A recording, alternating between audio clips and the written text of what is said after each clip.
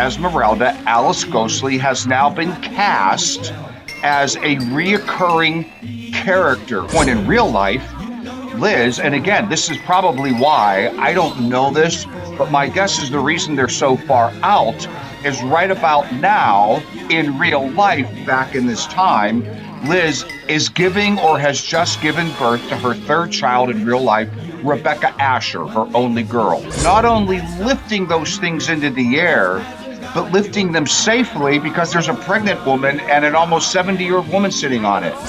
So it was during the table read of the previous episode, Dick's first episode, where Agnes's famous line came out, "I don't like change." Liz insisted, as now an owner of the show, by the way, Liz insisted that Agnes publicly apologized to Dick. Bewitched, you got me in your spell.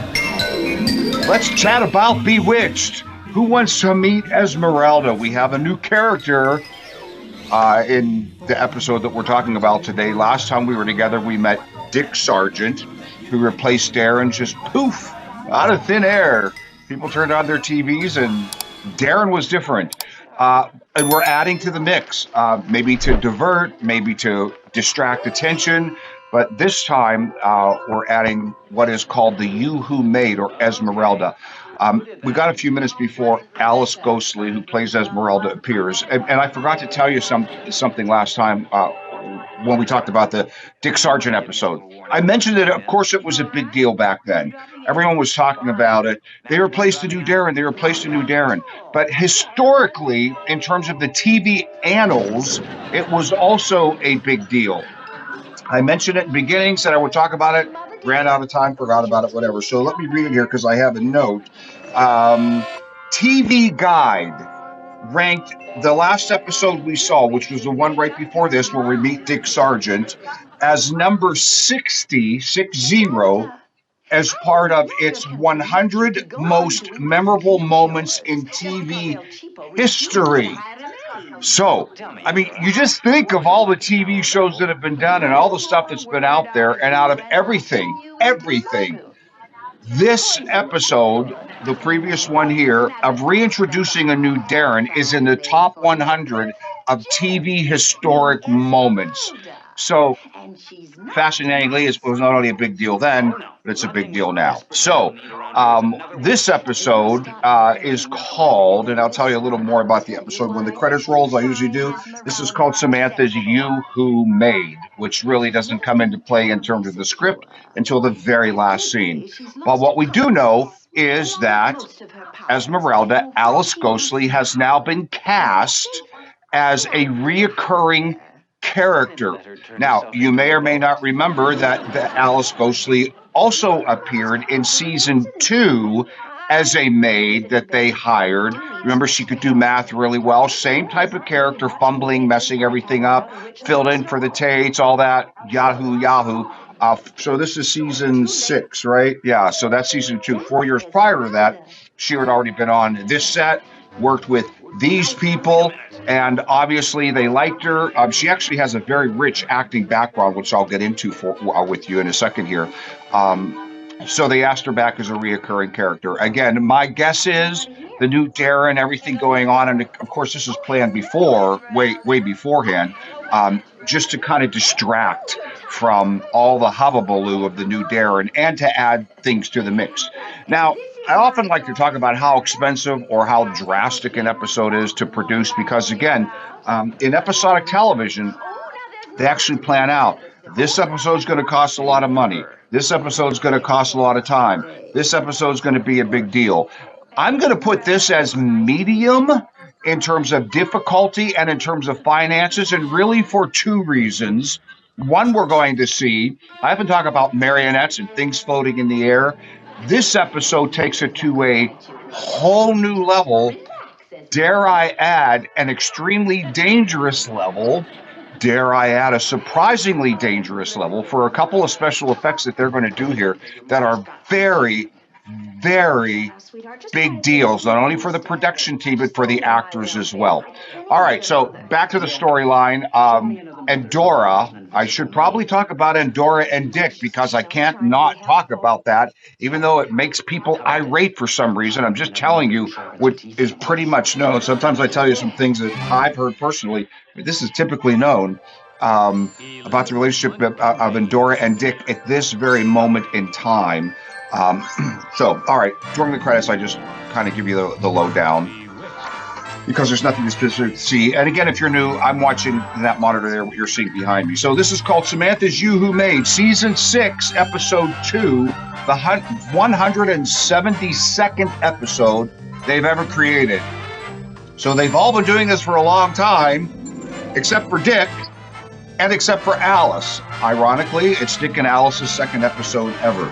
All right, so also interestingly, this was actually filmed on April 9th, 1969, but wasn't broadcast until 5 months later in September 25th, 1969.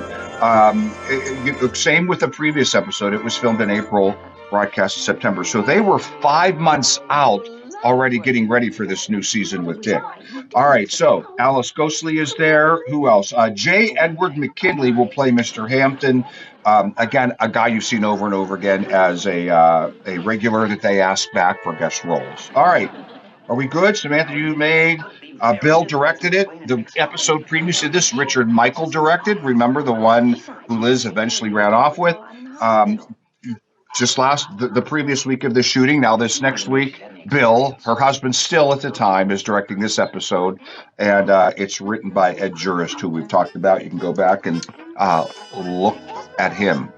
All right, so Esmeralda is appeared, and Dora in the storyline is saying, you need a maid because you're pregnant. So let's talk a minute about Liz's pregnancy, because I didn't do that last time either. So at this point in real life, Liz, and again, this is probably why, I don't know this, but my guess is the reason they're so far out is right about now, in real life, back in this time, Liz is giving or has just given birth to her third child in real life, Rebecca Asher, her only girl.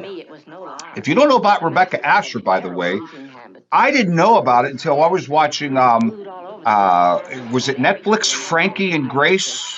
Gracie and Frankie and Grace, whatever, with Lily Tomlin and Jane Fonda. And I'm like, the credits come up and it says directed by Rebecca Asher. And I'm like, Rebecca Asher? Is that like the Rebecca Asher as in Liz and Bill's daughter? And sure enough, I look it up and it was, and she directs a lot of things. So I don't know if you know that, but the child that Liz is pregnant with right there becomes a director in her own right in Hollywood to this day, just like her dad did. Really kind of fascinating, I think. All right, so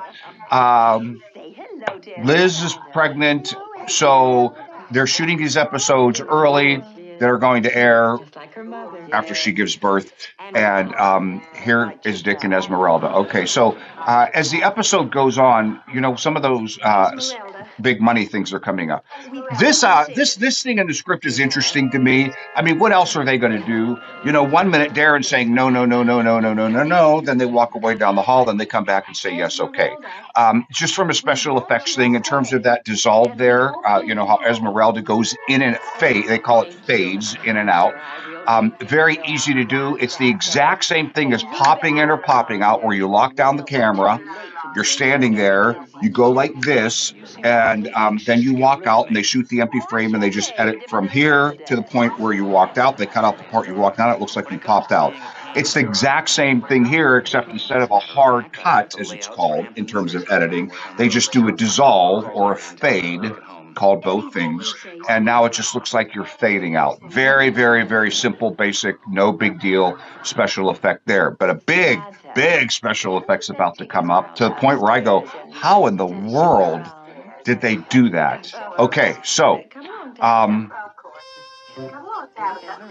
we have time. Okay, so this is actually a really cool scene too, because Endora is telling Samantha to take Esmeralda upstairs to show her around. Darrin had just said, I'm going to work from home because obviously shenanigans are going on here. and Dora is going to do her zippity zappity through the phone. I always found that cool when they did that. You couldn't do it today because we use cell phones unless it just goes flying through the air. But this effect right here is not easy to do actually in the film days. Now it'd be so hard on video while you're doing it in real time. But that's not easy to do, to trace that very precisely and specifically through some kind of animation, I'm guessing. I don't know how exactly they did it, but all that to say that in 1960s that wasn't easy to do, but they did it. All right, so just let me talk for a second. Boy, sometimes people just hate. And in case so many of you are awesome in the comments and things, but people just hate when I bring up anything true, even about Agnes, especially. In the early days, they used to be very protective of Liz. Now, all of a sudden, I got all these people really protective of Agnes because of my, admittedly, controversial nightmare video that she was just tough to work with, according to everybody. Sorry, according to everybody. And here's a case in point. Now, what I'm about to tell you is not my opinion or not something I heard. It's out there in a big way. Agnes did not like him. Agnes did not like Dick Sargent. There they are in the same room together. Like in a big way. It started on day one. I don't know if you know this, but on day one, again, if you know how episodic television works, the very first day of anything, day one, is called the read through or the script read or the table read. It's called various different things, where everyone who was in that episode, everyone who was involved in that episode at all, the actors, the production people, the special effects people. Speaking of special effects people, let me hit pause. Anyway, they sit around the table and they read through the script. All right, watch this effect right here. Guys, that's gigantic. I don't know how in the world they did that on so many levels.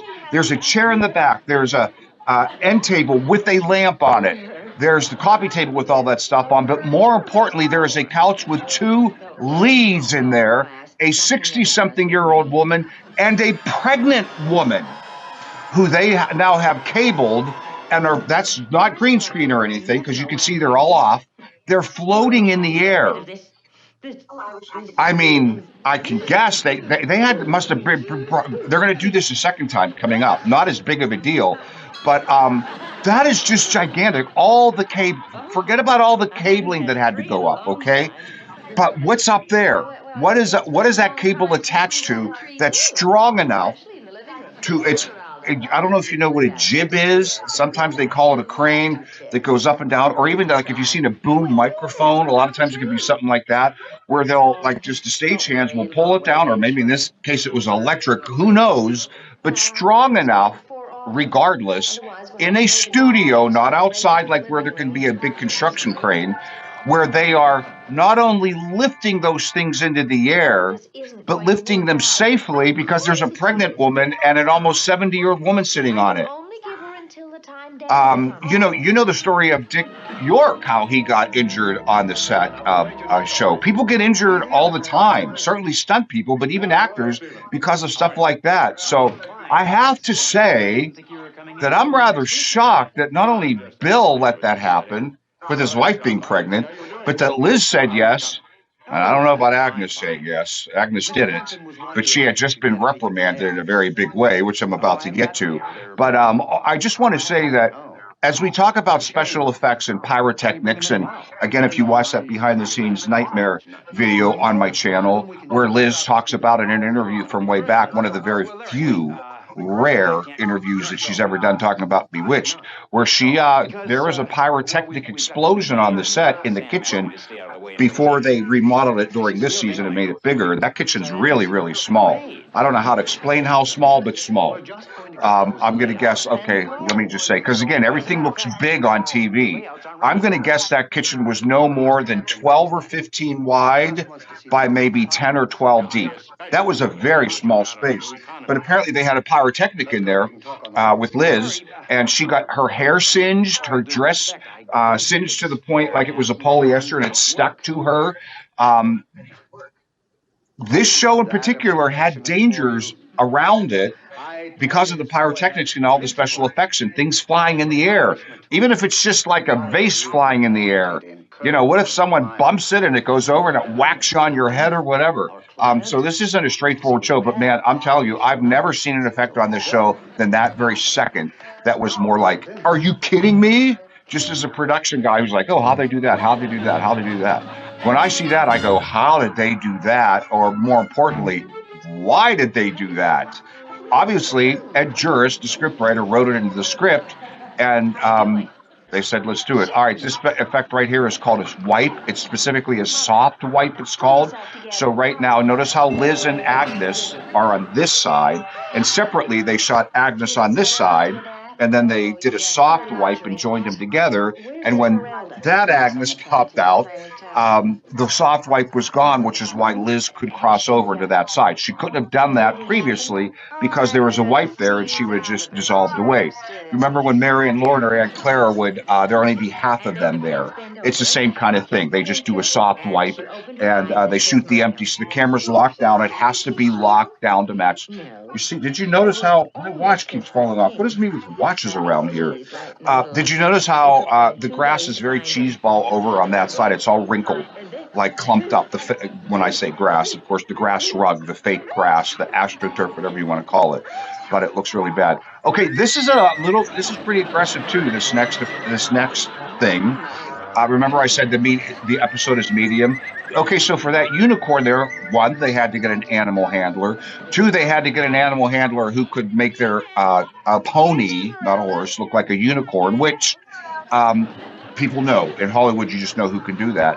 I don't know that could happen today with all the animal rights groups out there, so clearly they got a wire in the tail all wrapped up real tight. They curled the hair, the mane. And that horn is probably just some very, very, very, very lightweight paper mache thing.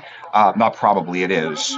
And but it's glued to the head somehow. So, of course, these days we would do so much of that in CG. But in those days, keeping in mind Liz loved and asked for animals to always be written into the script because she loved animals. But so they had to get somebody on that set, meaning the trailer's outside the studio. So I'm guessing, okay, so obviously this is still set. They're not at Warner Ranch or anything. So they're shooting all this in the studio. Out in the alley, the road, if you see what a studio looks like, is a trailer with that horse that was probably not done up until it was brought there. Brought up until it was done there in terms of, certainly they didn't glue this on ahead of time. They may have braided the tail, but maybe not put the wire in there. And they may have curled the mane, probably hairsprayed it, all that stuff. Things that would be difficult to do today in that kind of way is my guess. All right, let me get back to Agnes and Dick. There she goes. All right. So it was during the table read of the previous episode, Dick's first episode, where Agnes's famous line came out, "I don't like change." And instantly, from day one, from Monday at the table read on day one, Agnes was knowingly and very publicly, which is why everybody knows about it, mean to Dick Sargent. He didn't do anything to her, never met her, they had never worked together. He was just mean to her. All I've been talking about Alice a lot. We got time. She was just mean to him to the point where right about this episode, I don't know the timing of this, but, she made him cry. We now know that's a fact, not once, but several times. I mean, Dick, if you watch the previous episode, Dick was a good guy, gave us a lot of time to charity, really gave of himself, was raised in a Hollywood family, which blows me away. So he's been around this all his life. They're going to do that cable thing again. He's been around this all his life. There are a lot of difficult people in Hollywood, I'm sure. See, that they're doing it again. So again, now it's not as high as you look. The camera's low. If you notice, the bottom of the chair is only to the bottom of the next chair, or the top of the next chair. So that's maybe 4 feet off the ground, but still, if a cable would break or something would go wrong and that would come crashing down, someone's going to the hospital. Someone could hit their head and die.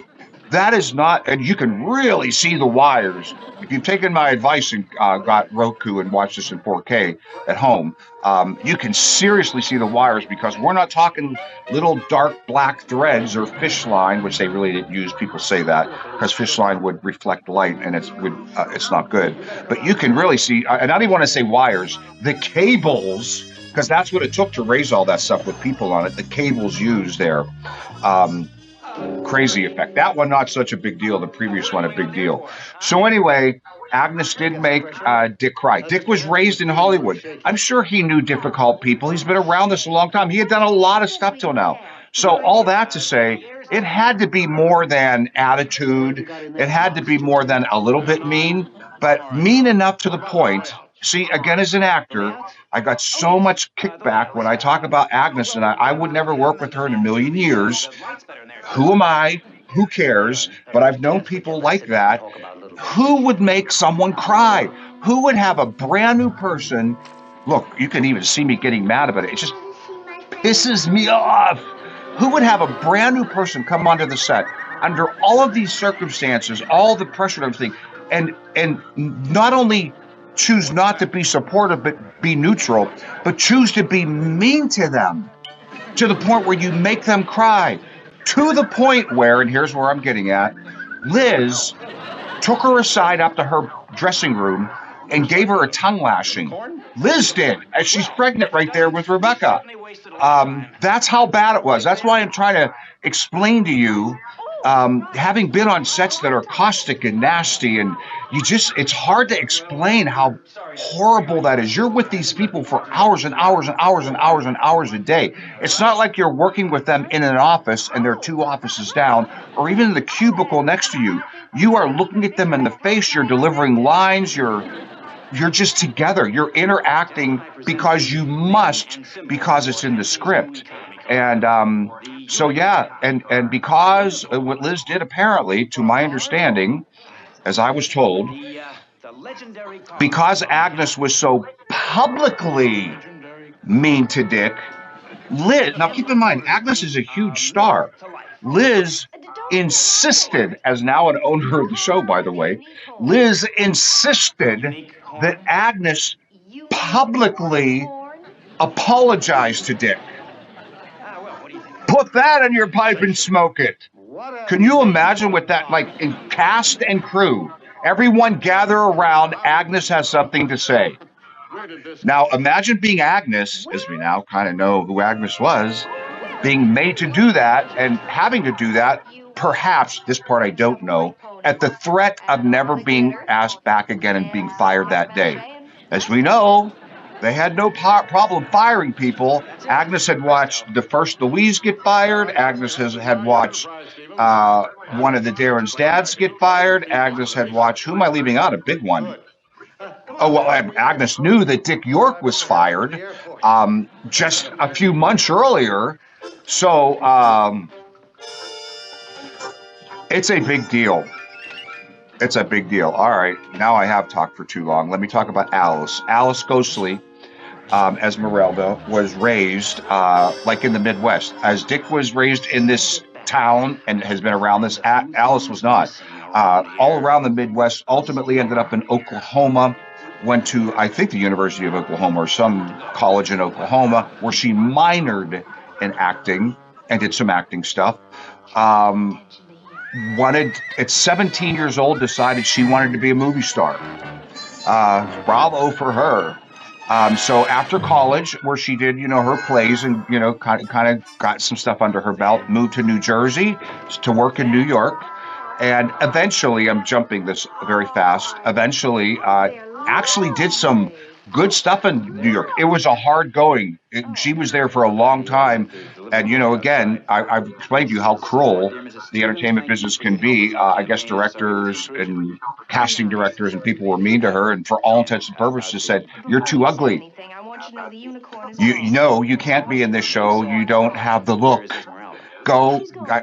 Somewhere I read where it said, go straighten your eyes. Truly, that is how it is. I remember, again, Dick Sargent and I had the same agent, and I was in that agent's office once, and man, I would go in there, he would pick me to shreds.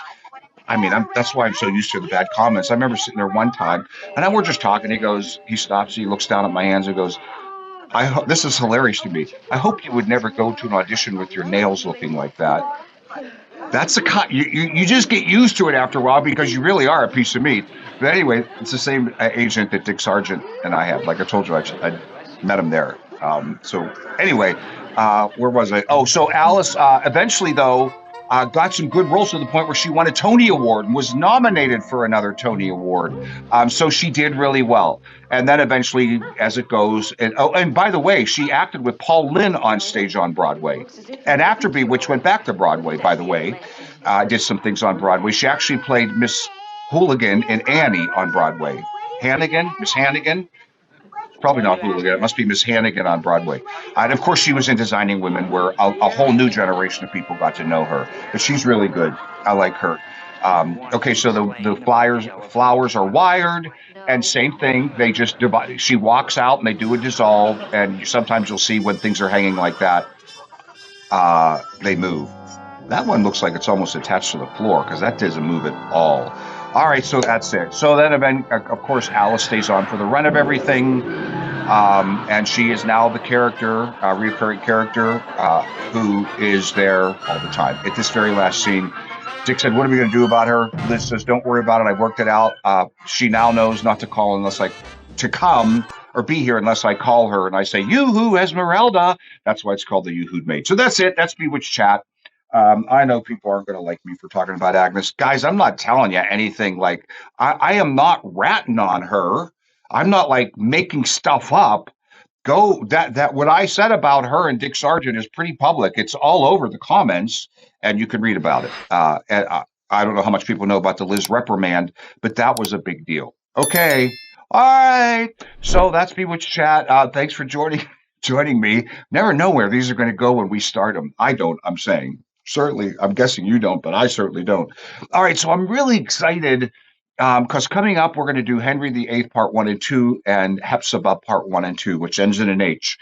That's my question for you. I'll forget to ask when it comes time, I'm sure, but or maybe not. Why is it a big deal that Hepzibah's name ends in an H? Do you know? It is a big deal. So anyway, we got that. What else? A couple other coming up. We're doing 7 in a row of just Dick Sargent because we kind of have blown him off in previous episodes. So as I said in the last one, he's a really good guy. Had to put up with a lot. Back to the nightmare thing. I can't imagine that was a happy place to work right now. So that's it. But boy, all good actors, all good people, amazing show. What a gift we still have it today. So thank you for joining me for Bewitched Chat. Be it is what you may think. I'm excited to do some more for you. So in the meantime, keep the magic alive, keep the magic in your heart. See you next time. Take care. I never thought my heart would